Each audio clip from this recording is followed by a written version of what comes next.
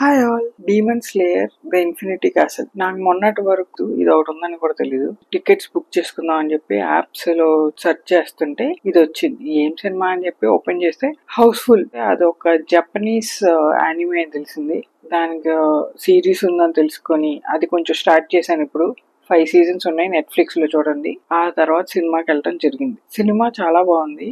Demon slayer infinity castle, అదేదో Japanese పేరు కూడా ఉంది. నేను దాన్ని చెప్పి కూనీ చేయదలుచుకోలేదు. సినిమా వచ్చేసి ఒక animation cinema, not cartoon, animation series. 5 seasons అయిపోయిన తర్వాత ఇది కంటిన్యూషన్. ఇంకా 2 మూవీస్ వస్తాయి మొత్తం సిరీస్ అండ్ మూవీలో కలిపి. 3 main villains. Muzan main villain, top 1. వాళ్ళ పేరు వచ్చి ర్యాంక్ 1 అని పడుతుంది. Second villain Kokushibo, rank 2.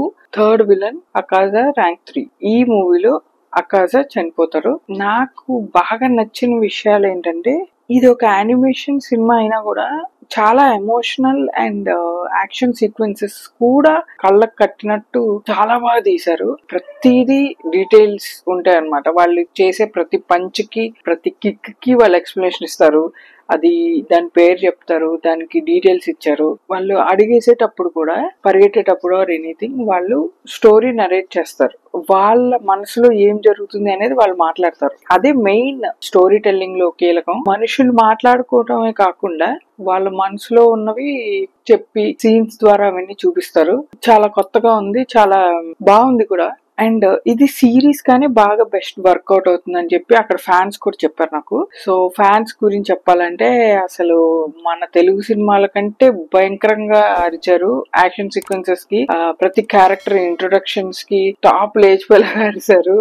కేకలు. కొంతమంది ఏమో వాళ్ళ ఫేవరెట్ యానిమేషన్ సిరీస్ ఇప్పుడు సినిమా వచ్చిందని వాళ్ళ సెలబ్రేషన్. సో వాళ్ళు చెప్పారు ఇది సిరీస్ కానీ బెటర్ మూవీ కంటే అని. నేను సిరీస్ ఇప్పుడే స్టార్ట్ చేశాను. సో చూద్దాం నాకు ఎలా ఉంటుందో. మూవీలో కూడా సిరీస్ లో చెప్పినట్టే ఎపిసోడికల్ గా చెప్పారు. ప్రతి క్యారెక్టర్ యొక్క చరిత్ర, వాళ్ళకి రిలేటివ్ స్టోరీ మొత్తం మళ్ళీ ఒక ఎపిసోడ్ లాగా ఒక half an hour or 20 minutes. Akaza episode అయితే చాలా 45 minutes వరకు ఉంటుంది. సో ఇలా ఎపిసోడికల్ గా ప్రతి క్యారెక్టర్ చెప్పారనమాట. సో ఇలా చెప్తున్నప్పుడు అది సిరీస్ లానే ఉందన్నమాట. సిరీస్ ని సినిమాలా క్లబ్ చేసినట్టు కొంచెం అలా అనిపిస్తుంది. అందుకే సిరీస్ కే ఇది బెటర్ అనిపించింది నాకు కూడా. నాకు ఇప్పుడు జెన్జీ యంగర్ జనరేషన్ వాళ్ళ యానిమేషన్ సిరీస్ కి ఎక్కువ అట్రాక్ట్ అయ్యారు. నాకు క్యూరియస్ గా అనిపించింది ఎందుకు అంత ఇదా అని. చూసేటప్పుడు నాకు అనిపించింది ఎమోషనల్ గా కూడా స్టోరీ చాలా గట్టిగా ఉంది. వాళ్ళు స్టోరీ టెల్లింగ్ లో, ఇప్పుడు అకాజా స్టోరీ, అతను విలన్ అయినా కూడా అతనికి మనం ఏడుస్తాం అతని స్టోరీకి. అంత బాగుంది, చాలా ఎమోషనల్ గా ఉంది. ఇప్పుడు ఎమోషన్స్ ని పండించాలంటే first of all expression, story, character కి ఎంత బలం ఉంది అనేది, అండ్ స్క్రీన్ ప్లే అంటే నెక్స్ట్ సీన్ బై సీన్ అది మనల్ని ఎంత కదిలిస్తుంది అనే దాన్ని బట్టి ఉంటది కదా. సో అలా చాలా డీటెయిల్స్ తో, చాలా వివరంతో, అంటే మానసికంగా కూడా ఒక మనిషి ఆ క్యారెక్టర్ లో ఏం చేస్తాడు, జస్ట్ సీన్ కాన్వర్జేషన్ కాకుండా వాళ్ళ మనసులో ఉండే ఆలోచనలు, ఫీలింగ్స్, అవన్నీ కూడా చాలా డెలికేట్ గా బయటపెడతారు. అది ఎమోషనల్ గా కంప్లీట్ గా కనెక్ట్ అవడానికి ఉపయోగపడింది. అలా అని చెప్పి ఏదో చాలా కష్టపడిపోయి ఉపోద్ఘాతాలు లేదంటే ఏవేవో రాయలేదు.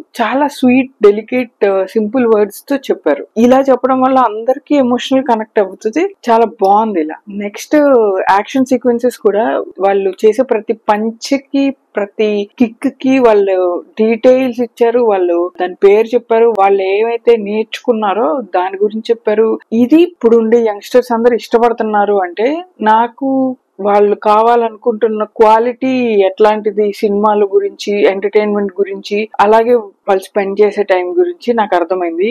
నాకు ఒక రకమైన హ్యాపీనెస్ అనిపించింది. ఏంటంటే, ఇలా ఇష్టపడే యంగ్స్టర్స్ నెక్స్ట్ జనరేషన్ లో ఇలాంటి మూవీస్ తీసినప్పుడు ఎంత డీటెయిలింగ్ గా, ఇంకా క్వాలిటీగా, మంచి స్టోరీ టెల్లింగ్ తో, అంటే వాళ్ళ మూవీస్ లోకి వస్తే ఎంత బాగా తీస్తారు అనిపించింది. అండ్ అలాంటివి మనం ఎక్స్పెక్ట్ చేసినప్పుడు కూడా ఆడియన్స్ అలా ఎక్స్పెక్ట్ చేస్తున్నారు, మంచి క్వాలిటీ స్టోరీ టెల్లింగ్ ఎక్స్పెక్ట్ చేస్తున్నారు అన్నప్పుడు ఆబ్వియస్లీ అలాంటివే తయారవుతాయి. సో మన స్టాండర్డ్స్ ఇంకా ఇంకా పెరుగుతాయని నమ్మకం వచ్చింది నాకు. యానిమే ఫిగర్స్ ఏవైతే ఉన్నాయో ఒక సీన్ లో వాళ్ళు భయపడుతున్నప్పుడు వేరే షేప్ లో ఉన్న ఫిగర్ ఇంకొక రకమైన ఫిగర్ వచ్చింది, యానిమే ఫిగర్. ఫన్నీగా అన్నమాట. వాళ్ళు ఏమైతే ఫీల్ అవుతున్నారో వాళ్ళ కళ్ళు అలా షేప్స్ మారుతున్నాయి. కార్టూన్ లో ఫీలింగ్స్ చూపించినప్పుడు అక్కడే కన్నీళ్ళు రావడం అట్లా ఉంటుంది, కానీ ఇట్లా అది కాకుండా ఇందులో చెమట బిందువులు కూడా వచ్చాయి.